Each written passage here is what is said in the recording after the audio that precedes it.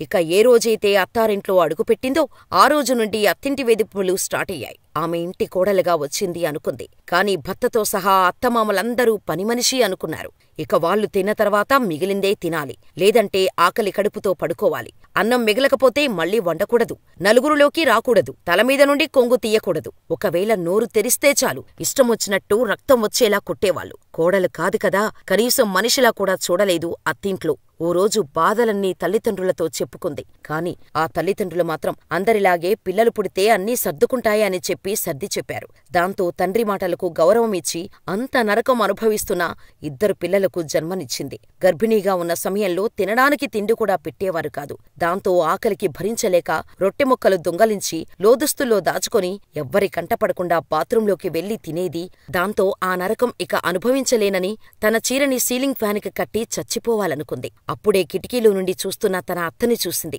ఆమె కనీసం ఎందుకిలా చేస్తున్నావని కూడా అనకుండా కళ్ళార్పకుండా చూస్తూనే ఉంది. ఇక అత్తను చూసిన సవిత ఇలాంటి నీచుల వల్ల నేను చావాలనుకుంది. కొంచెం దయ కూడా లేని రాక్షసుల కోసమా?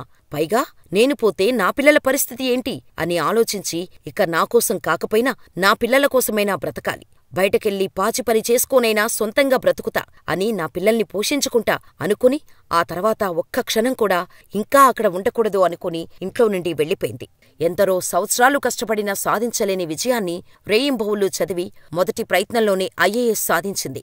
ఐఏఎస్ అధికారినిగా 24 ఏళ్లకే చీఫ్ మున్సిపల్ ఆఫీసర్గా బాధ్యతలు తీసుకుంది. ప్రేమ, పెళ్లి, ఉద్యోగం, ఆరోగ్యం ఏ సమస్యలైనా కేవలం మీ ఫోటో మరియు చెయ్యి చూసి సంక్రాంతి వరకు ఉచితంగా జ్యోతిషం చెప్పబడును. ఈ కింది నెంబర్ను సంప్రదించండి.